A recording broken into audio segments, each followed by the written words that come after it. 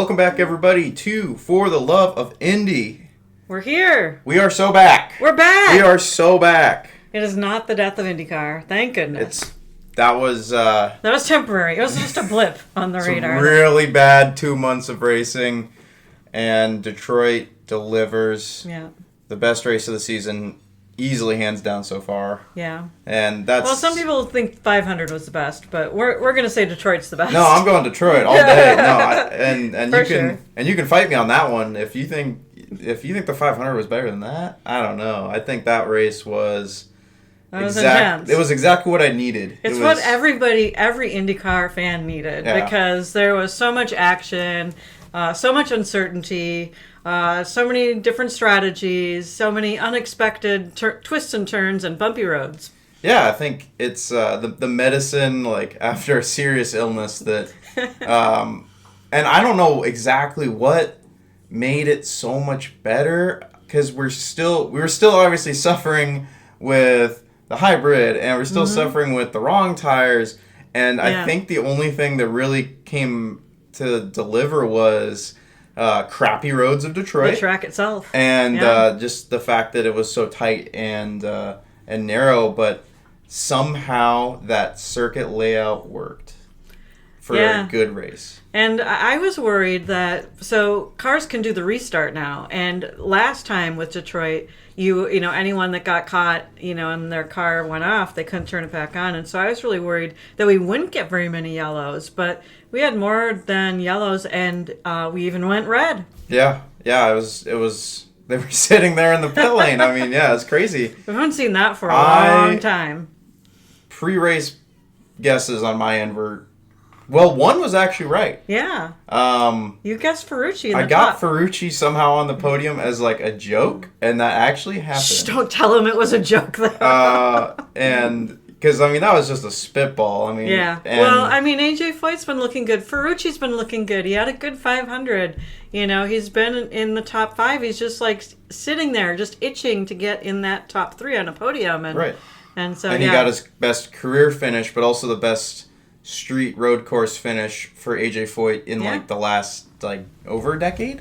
Yeah, it was impressive. I don't know. That was the stat, and like that's something definitely to be impressed about, even though there was a post-race penalty on the car. Yeah. I guess we can get into that later, unless you want to get into it now. I think we can get into that later. But Saturday we already started off with a good day of Herta gets pole again. So getting a P1 for Herta was long overdue, given his season and given his last one, I think, was Toronto last year. Yeah, it's been a full year. Yeah, it's been a year. So to have him get, and there's something about kind of Toronto and Detroit and these kind of really rough and tumbly road courses where Andretti seems to have a little extra oomph. Yeah, Andretti understands street courses for sure. That's very apparent now. And it's always been apparent, but it's just, even from the time we've started watching, it's like an oval comes up and it's like, well, it's time for Andretti to do nothing. Except for last year at the end. At finally Tennessee. They were getting the ovals last year towards the end of the season. They were just getting into that groove. But it's been more of a struggle for them for ovals. And even sometimes like the road courses, like Mid-Ohio and it just seems like street is definitely Andretti's creme de la creme. Yeah. It's where they do great. And Kyle was on a great lap and totally threw I think an oversteer and then tipped the rear end into the wall just enough to break the tail link, and he was like, I couldn't finish the lap. Kyle could have easily gotten that P1 there too, but it was nice to see Andretti doing well and really getting up there at the start.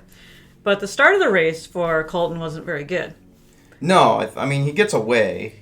Yeah. And it's not like he loses P1 off the bat. I mean, my guess was... Like the first corner, like Lundgaard kind of got in there, but... Lundgaard did go for a very aggressive. And then he got... So I was a little nervous right at the beginning. I'm like, oh no, it's going to happen. Right off the bat. Well, and the thing was I think what we saw with that turn 3 after that straight was 100%. A lot of these passes that weren't made, like Lundgaard, right off turn 1 there, or off the green, was because of that extra weight. Like, it was very apparent drivers were trying to go for these old school pre-hybrid, like passes, and even Colton at the end of the race trying to get past Ferrucci goes for these and locks up twice. Yeah. It's very clear, like, if the hybrid wasn't there, would have made probably both of those passes. Yeah. And I think that just shows that you just saw in turn 3 a lot. This kind of a lot of failed passing. Right. But the drivers were actually going for it compared to the last And there were few. actually passes, too. And there was a lot of passing. Yeah, because,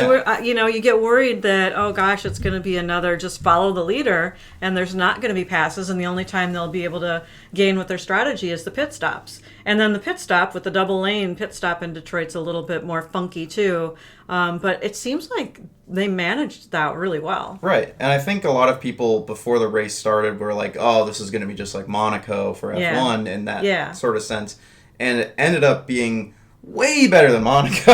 Right. Like, Monaco is genuinely follow the leader. Yeah, for sure. And even the 2 pit stops they tried to add this year didn't change anything in terms of shakeup on the grid. And this was, while tight like Monaco and kind of short like Monaco and in a city, the long straight into turn 3 it gives you all that you need to make a track like that a little bit better. Yeah. Because it just means, like, if you can be right on, the nose to tail into turn 2 onto the straight, you could be like, oh, the pass is coming. Like, you could kind of visually watch when something was going to happen. It just felt like last year's IndyCar a lot. Yeah. And I'm genuinely shocked to say that because I was like, I don't know, Detroit. Well, and the other thing that was really interesting is, like you mentioned, the tires. The tires had such a big differential, yet it seemed like it didn't play as much into the factor of the race for some of the teams, So there were different strategies. Some people started with the primaries, and then they went to the alternates. But the alternates were only lasting like 10 laps. Yeah. I mean, that was... For a 100-lap race. Yeah, that's not great. Nothing. And I think it was also... I think tire strategy got more interesting because of the yellows. Like, there actually is yellows. It actually changes up how these... But the pit lane wasn't open. But then they would close the pit lane for for the yellows. Most of the time, the pit lane was closed. Yeah, so that wasn't a factor. And even with the red, you can't mess with the car on the red. They all just have to sit there. So, it's kind of strange because that wasn't really a factor. Right. Because you had to preemptively try to be like, we're going to pit now. We're going to hope there could be a yellow that will screw everyone else over because pitting after the yellow was less advantageous versus having pit at the yellow. Yeah. And then if it was like a really long yellow, like with the Foster crash at the end, they opened up the pits. Yeah. And I don't know if that's like, if they close the pits because, oh, this is a quick crash, or maybe there's enough teams have to like request we want a pit. And maybe if there's enough requests, that's not necessarily... If you know, put that in the comments. That would be really nice to know if it's like a request thing, because sometimes it was open, sometimes it wasn't. But even still, it did play into like, okay, well, we can't just ride off the fact that we're going to get a stop under yellow, right? And that will make the difference. But that was stressful even at the end there, with that stop under the yellow. Right. Every single car comes in except for 3. Yeah. And it's like, and then you're like, whoa, are those cars that are at the top? Are they going to be able to hold out? And it seemed like, gosh, that they've been going around and there's not putting as much stress on the vehicle. And so that they should have enough fuel and they should have enough tire to hold it out. So really, at the end, we're both sitting there like, okay, well, they're the top 3. And we're kind of like, well, it's okay. It was like Armstrong, Ferrucci, and Simpson. And it was like, these people have never been on a podium. People that have never been on a podium. And they were going for it. And it was like, well, that's okay. Like, if they got this race, good on them. Yeah. Their strategy worked. Yeah. But it didn't work for all of them. It didn't have enough. Ferrucci. Except for Ferrucci somehow came had back. enough.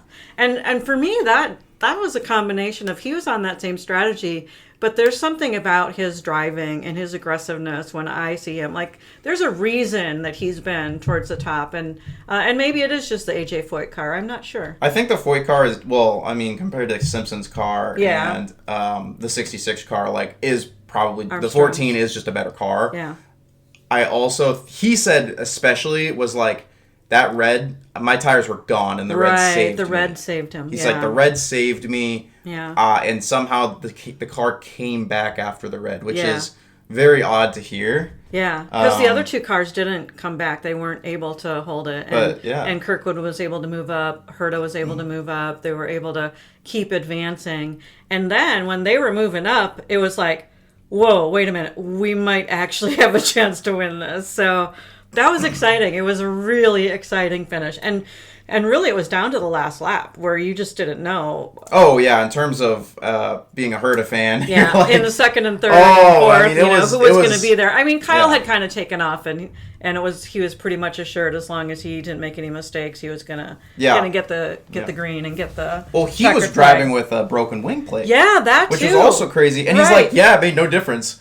Yeah, which is darn impressive because you feel like other times, like other people, that would be a huge impact, and even if you're losing 0.1 seconds, like that could still have a huge impact. It's like he almost got faster even after the plate was broken, and it was just clear that Kirkwood, he probably should have had pole and probably should have just walked away at the race from the beginning, but he didn't. He had to actually had to make it work for him and even go for the passes at the end to make it work, and it's like, well, that was a well fought win on his end. For sure. And it was a huge win. And he is itching for that. And what's really weird now, too, is there are only two winners so far. Yeah. And it's Palou and Kirkwood. And if anyone would have thought that at the beginning of the year, I mean, that's crazy. I think the last time this has happened where there's only been two winners this many races in was like 2006. Yeah. So it's been like 2 decades since we've seen something like this happen in IndyCar. And not necessarily,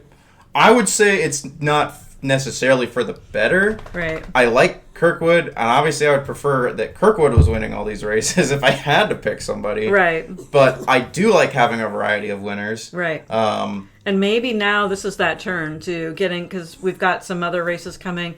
Palou ended up not finishing the race and having a crash. You want to talk about? Yeah. I mean, that was interesting. I was so hyped. I don't know. Yeah.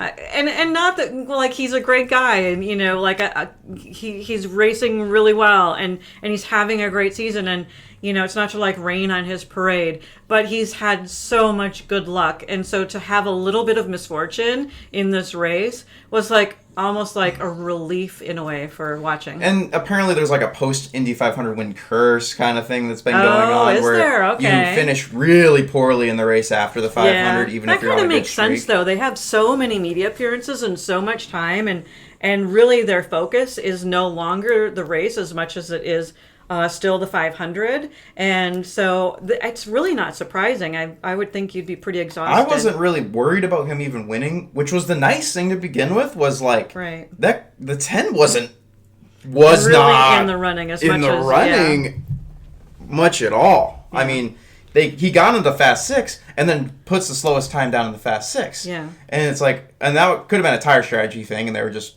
whatever. I think it might have been, but. I mean, he gets hit out and into the wall by Malukas, and it was just and like... And Malukas just barely touched him, too. When you watch that replay, it is like the teeniest little tap, and boom. And then Palou's race is done. But that's just like, that's the kind of drama that I want to see. Yeah. I mean, it's...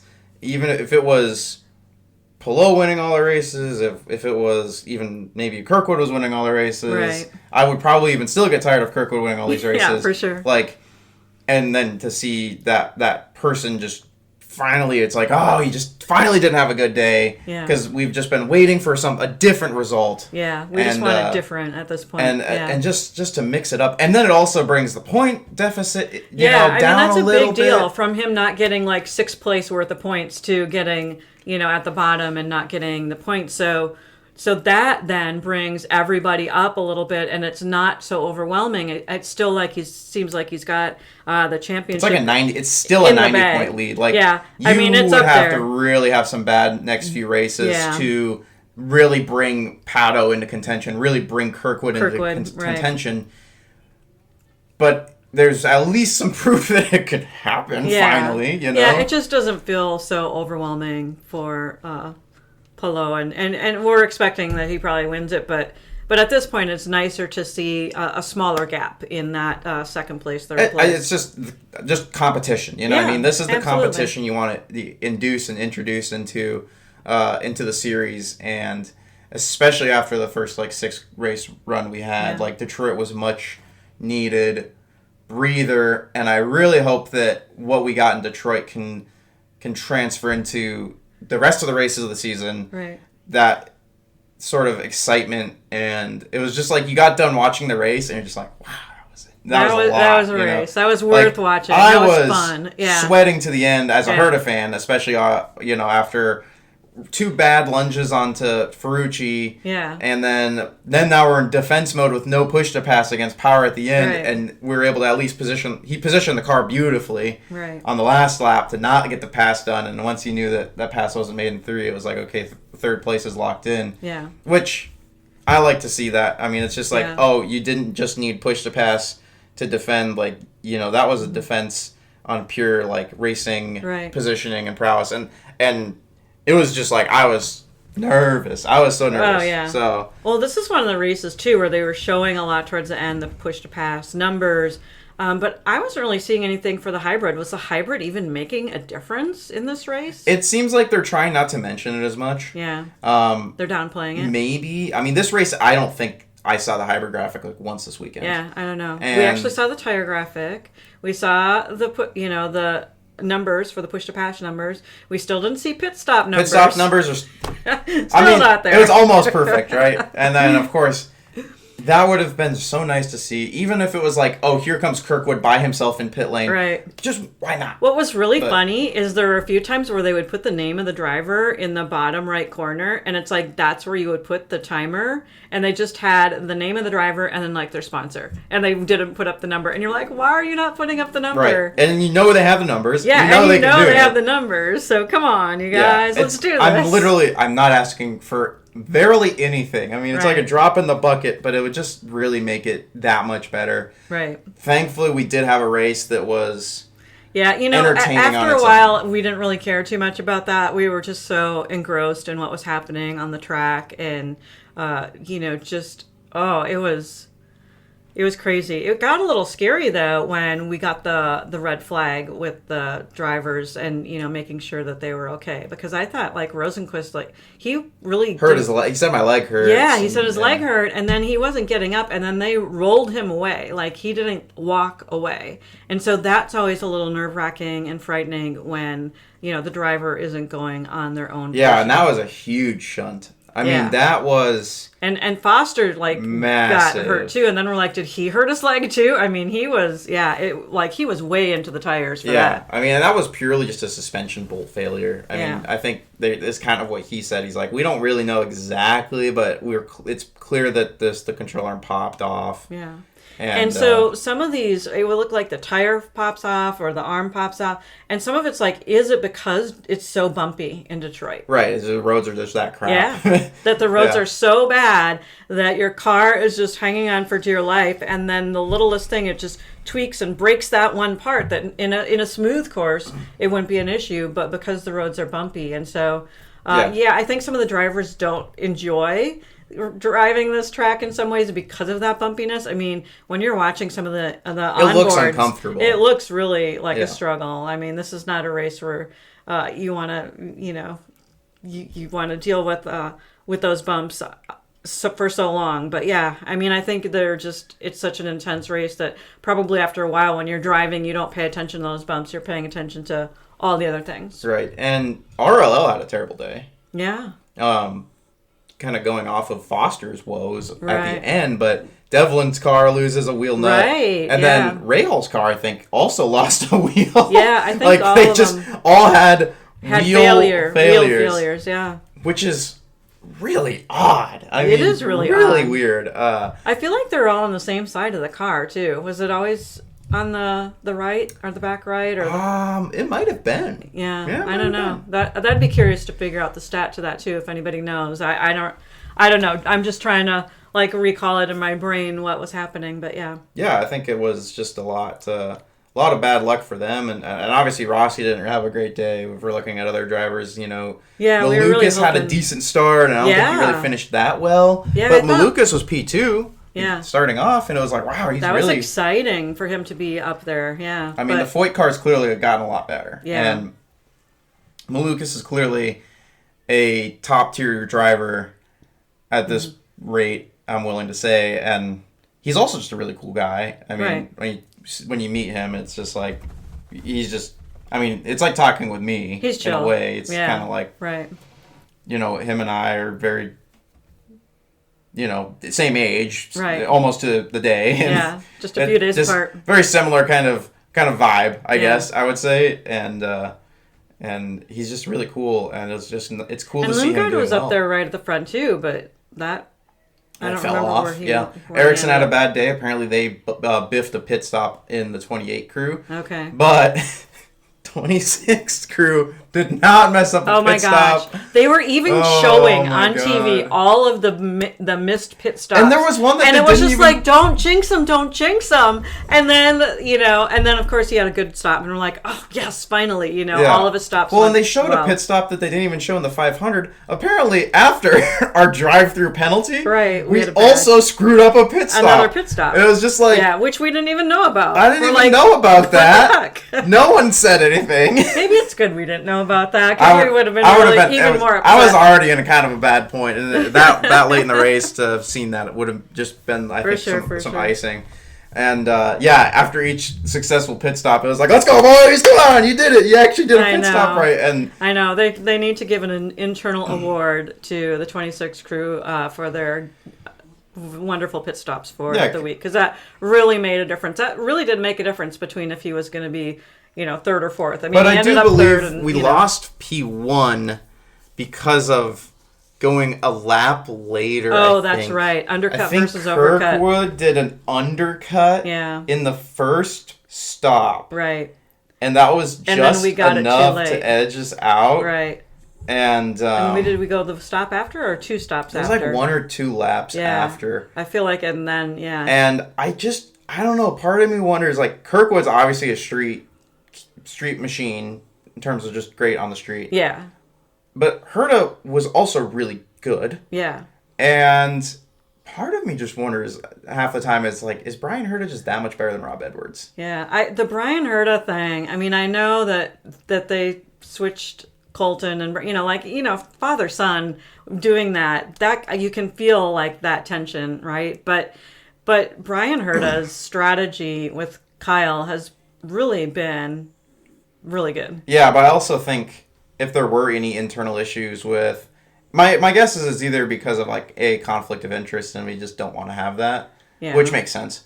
Or it's because Colton just, was a little bit more immature before they switched him to Rob, and he would kind of get a little more upset in the car of, like, well, what the hell are we doing, Dad? Right. Like, what the hell? Like, this isn't working out. Right. And now he's much more like, well, what can I do? You know what I mean? And that's kind of clear when you've seen you can how see his radio, even when he's shafted by the 26 crew on pit lane every single time, he tries not to flare up in the car. Right. Which might, maybe now he could work with his dad better. You know, and I think Brian Herta probably has a slightly better strategic call than Rob.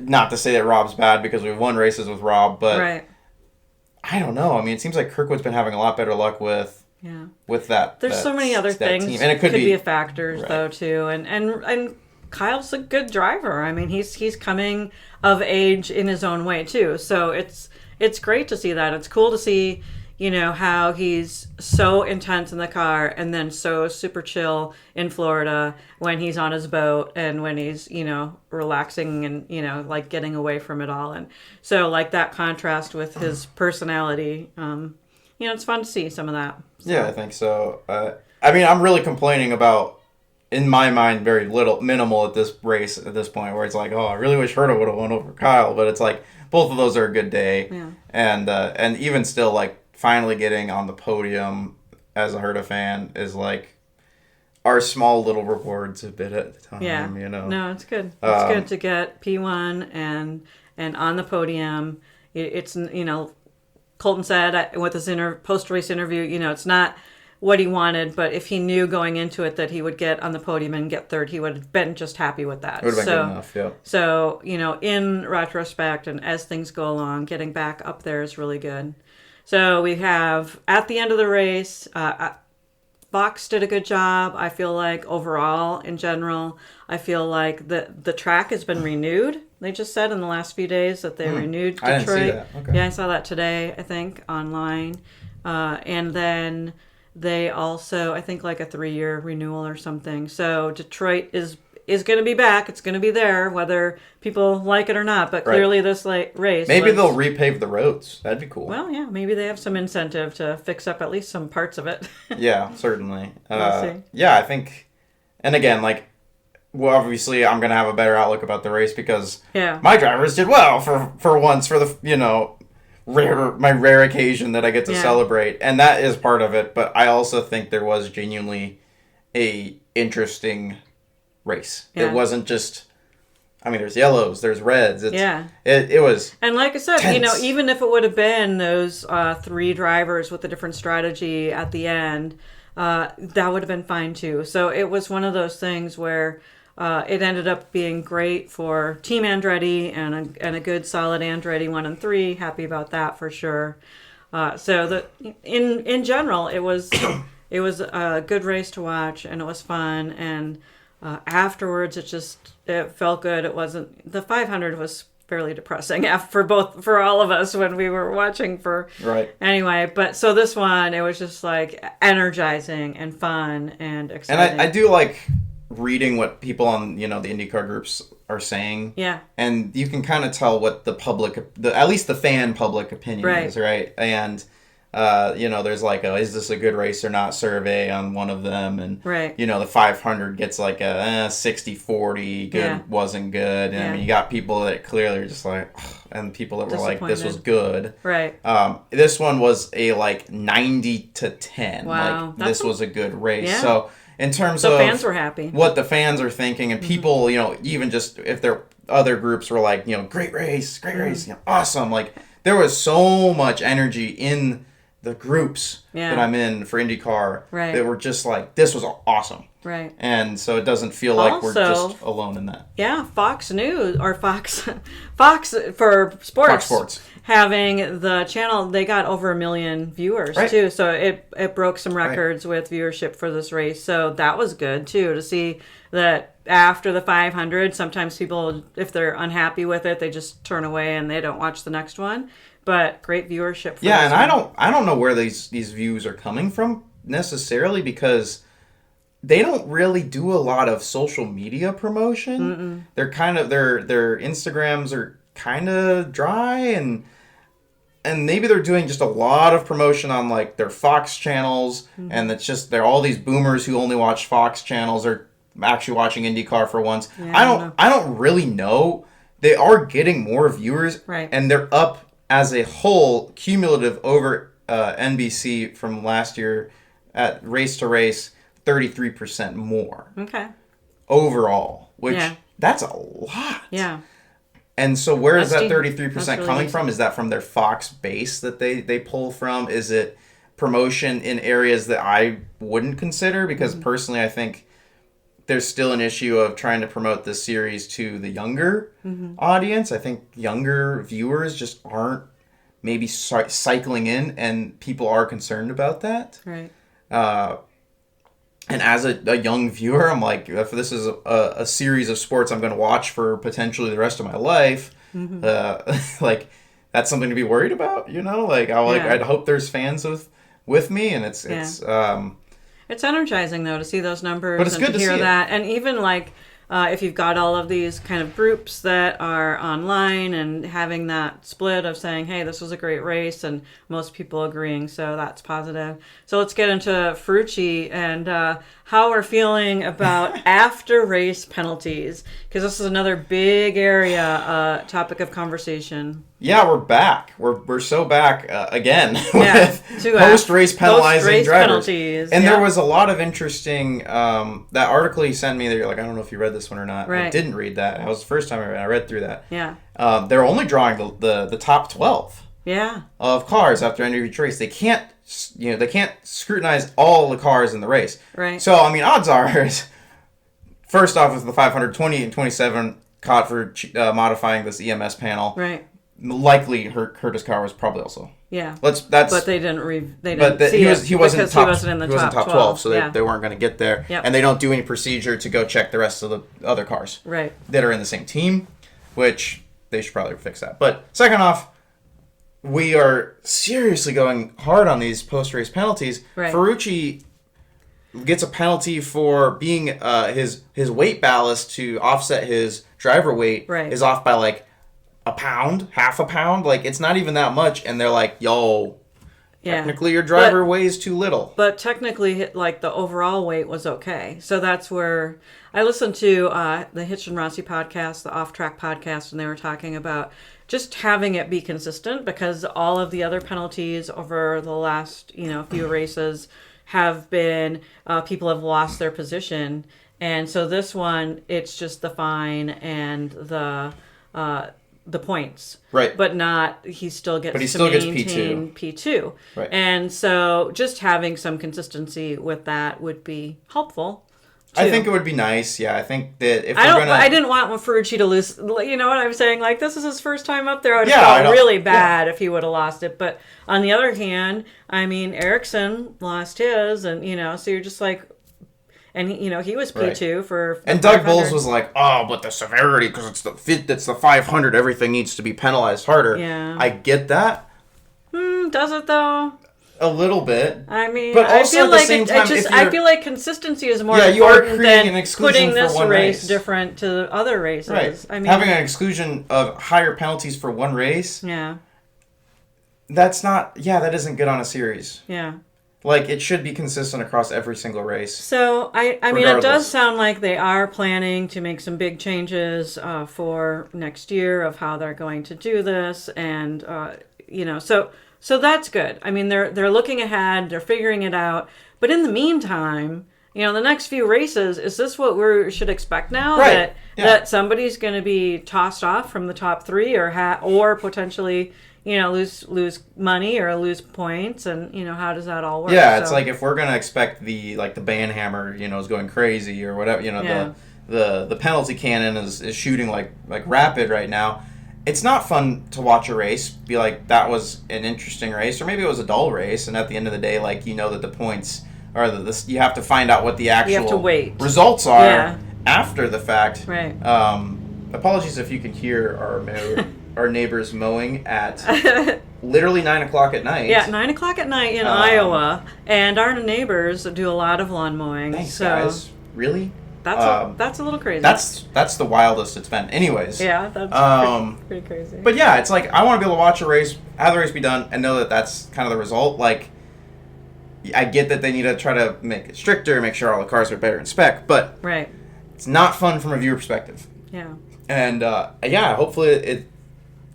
hopefully this trend doesn't continue, because I don't like seeing these messages of breaking news of this car's penalized, this car's penalized, this car's penalized, this car's penalized, and the penalties are all different. So it's tough. It's a lot, and it's also like pre-race, when they're doing a pre-race inspection and post-race, and I feel like. I guess some of these you probably can't catch before. They don't pull the car apart. Yeah. So like with the EMS cover, again, like from the 500 with Andretti, when they were caught cheating, that's not a part that they're going to see until after the race when they're pulling the panels off. Yeah. And apparently they only pull half the car's panels off. Right. So it's they pull one side of the car's panels off. They look at it. They look at the parts that they pulled off. And in Andretti's case, they're like, yo, those are some spacers on this thing that's not supposed to be there. Yeah. That's it. That's all it was. Is like, and they're like, well, you modified it, and it's supposed to just be as we supplied it to you. Right. And pre-race, you're not going to be able to catch this. Yeah. And you don't want these inspections to take literal ages before the race. Like, there is a tight timeline. When we go to Iowa and we're there down in the pits, everything's on a really tight timeline. Yeah. It's very rare that you can kind of walk up to the garage and there's just guys who are just kind of standing around doing nothing. Yeah, people are busy. Rare. And you see the lineup for them to go in, and there's actually a little stand where you can sit and you can watch them do the inspections. So it's interesting because most people don't know, like, oh, I don't even know what I'd look for if I was watching the inspection. You might know what to look for more. Well, you're not going to see anything from here to there. You need to be at the car. But just the fact, like, visually that they're doing it. And so, I don't know. I mean, I think that adds credibility to it, that it's open like that. Yeah, and there just needs to be a little bit, even more transparency to the public, about these sorts of things. And also, they probably need, instead of 3 people, they probably need like 10 people, like this. Hire me. Yeah. Yo, I'll do it. I know. Put me on the crew. I am down. I will go race to race doing inspections of these cars. Yeah. That's something I think I'd be really good at, Yeah, especially with my time in the Corps cadets. That might be an area you should... I was the inspector general for the Corps, and all it was nitpicking rooms. Yeah. I mean, it's the same thing. You're nitpicking cars, and you prefer looking at cars. I think we should try to talk to those people at the Iowa race. That might be a smart idea, just to see what they say and be like, "Yo, I know you guys are considering ramping up for this. How do I get in? Yeah. Where do I apply? I have rough expertise in this area slightly, so I guess we're going to St. Louis. Yeah. So not this weekend, but next weekend, and so the June 15th, and it's a night race. Yes, Sunday it was last night time too. at 8:00. It was a doubleheader last year, wasn't it? Or was it? No, I don't know. Or it just started at a weird time. It wasn't dark when it started. But it got dark. It got dark at the end. It was like maybe 5:00 race or something. It was late in the day. Yeah, it was later. 5 or 6. Yeah. So we were there last year. Yeah, we did get to go last year. And it's a great place to go if you can go. I know they're right now selling tickets for dirt cheap. I just got an offer, an email, and it was like $33 a ticket. For the weekend. For the weekend. So if you can get to St. Louis, go do it, because, oh my gosh, that's a great deal. Yeah, I think it's a little too last minute for us to be taking advantage of that pricing. Yeah, we might not be able to do it this year. But yeah, it's certainly... But it was fun, and we would definitely go again. It's worth going. You can meet some of the drivers, and it's an interesting track. There's good views anywhere you sit there. There's really good views. You don't have to worry about the views on it. The inside, there's the go-karts, and there's go-karts on the inside. You got to drive. I did go-karts on the inside. Go-karting. While the race was starting. While the race was actually starting, he was go-karting. They were pulling a green flag, and I'm like, bro. I was like, come on, it was okay, though. It was fun. It was kind of fun. And we were down there, too, with the... like the Pledge of Allegiance, the national anthem kind of a thing, where they're like doing all of the pre-race stuff, and we're like, oh man, the race is actually going to start. We're going to miss the race while I'm doing this go-kart, and we did this too late. But it was fun. It was worth it to do. Yeah, the go-karts were fun. For the most part, that go-kart was kind of a piece of crap. But if I had... How much was it, like $50 or something? I don't know. It was less than that. Yeah. It was like 35 maybe. And for like... 10 minutes like or something. 20. It was pretty long. It was it felt like 20 minutes or 15 to 20 minutes.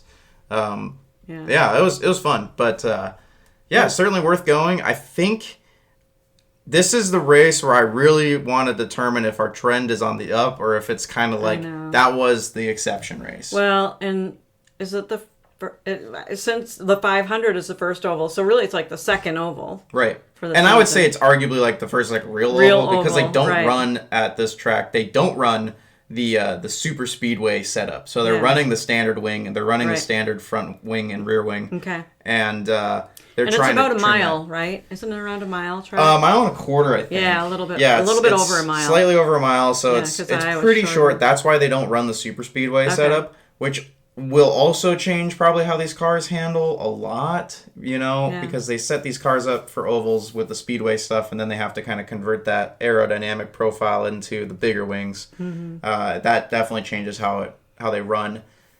If this race is good, I think maybe we're so back for sure. You know what I mean? If this race somehow, I don't know, ovals, like last year they were good. You know what I mean? At the end of the year, the ovals were impressing even with the hybrid. Do you have a pick for this one? Your top 3 for this oval? For this race? I don't know.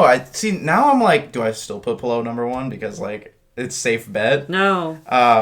But the last time I did, he didn't. So I don't know. Maybe I just keep putting him at one. Well, we kind of have our list of who we want to win, our ideal world, and then who we practically think, like more realistic. I think realistically, we're going to have a disappointing weekend because Penske's going to do really well. Okay. And Penske, I feel like they've struggled with a lot of things. Doing crap the last many races, which I'm fine with, but like, so you're gonna I think put some they Penske might people come back on this one out of nowhere, and if not, Mid Ohio easily. Okay. Like they're just somehow McLaughlin's gonna have a good day. Okay. I think if I wanted someone to win, let's say Ferrucci finally does it. I think it's his first, because he's been looking good, and if not him, Malukas. I'm feeling Malukas the because Foyt Malukas cars. did well last year too, I believe. He did really well last year. Yeah. He got like third, I think, or fourth. And so I feel like he's got a good shot at it. I'd love to see, Andretti do well, and Kyle and Herta do well too. Yeah. But I also, I kind of feel like Lundgaard might be in the running a little bit too. So I could see also Pato coming back. Finally. Pato, right? Pato's got a lot to prove right now, and he really hated Detroit. He was very unhappy about Detroit from his interviews. So yeah, I think we could see Pato. We could see. I think the Foyt cars could do it. The Foyt cars, the McLaren cars. I think rooting for the Foyt cars could be interesting and fun, and Andretti will either be decent or complete trash, and there's no in between. I don't think it's either like top 10 or like trash the whole weekend. And maybe Ericsson could make a run too. But last year, Herta was up there. Yeah. When we were watching, I think it was like a close. I think he got like P4. It was like just a fight right at the end to try to get on the podium, and we didn't get that, and it was so sad. And I think Power might have won it last year. Yeah. I think it was a Power win because like he won Iowa and then he also won that race, and I'm like, bro, he won 2 of the races we were at. And so I don't know. I think maybe it's possible Andretti comes swinging again. The last year this race I think was raced in hybrid form because we were there, right? And the races we went to were all in hybrid form because they did this race way later last year. This was like a July, August race. Now it's June. So okay. It's being done sooner this year. Okay. And I think we could see Andretti again. I think they could come through for us. ECR probably not. So who was your 1, 2, 3? Let's end with our 1, 2, 3, and then we'll be good to go. Malukas gets his first win because I want, especially in Chicago or in Illinois, like that'd be great for him. So Malukas 1, number 2, Pato, number 3, McLaughlin. We'll go kind of a mix of who I want and who I feel is likely. Gosh, I was really like when you were starting to go, I'm like, who am I going to put? And Malukas and Pato were up there for me as well. So I like your picks, but I'm going to try to do something a little different. And I'm going to go with Lundgaard and then Ferrucci and Dixon. Dixon. Yeah. He's a spoiler. He always spoils things for me, so I feel like he might spoil us. Yeah, I suppose so. So that's where I'm at. Yeah, I think it'll be interesting. I really. But we want Andretti. If we could get Andretti 1, 2, 3 every time, that'd be fun. I'd love to see that. And I'd love to see Rossi do well. I'm a realistic Andretti enjoyer. I want Rossi to do well too. So, yeah. Well, everyone have a wonderful week, and we will be back. We'll be back. I don't know if we'll have one next week, but because it'll be race week, and we usually do them the week after. Yeah, unless we divide this in two, maybe. I don't think it's long enough to divide it either, because I have been throwing some long ones out there, and hopefully they're doing well. If you made it this far, put your top 3 of who you think will be for. Put your top 3 in the comments. Hopefully I can get this out before the race. Ideally, well, it will. I should have it out. I should have it out Friday like usual. So, if that's the case, then what are your predictions for the race? If somehow this comes out super late out of nowhere, then tell me who won, and that would be cool. And again, like, subscribe, comments, all that sort of stuff. We appreciate you listening, the 20 people that are pretty consistent on these. Yay, 20 the people! goats. You guys are awesome. Which is so funny because Tell your friends. if we ever do get like somehow popular and we'll like look back on like this exact moment in this podcast and it'll be like, it's super funny to be saying that. But yeah, if you're consistently listening to these, we really appreciate it. We're just doing this for fun at the end of the day, and we're also doing it for the love of Indy. Thanks, guys. Bye-bye.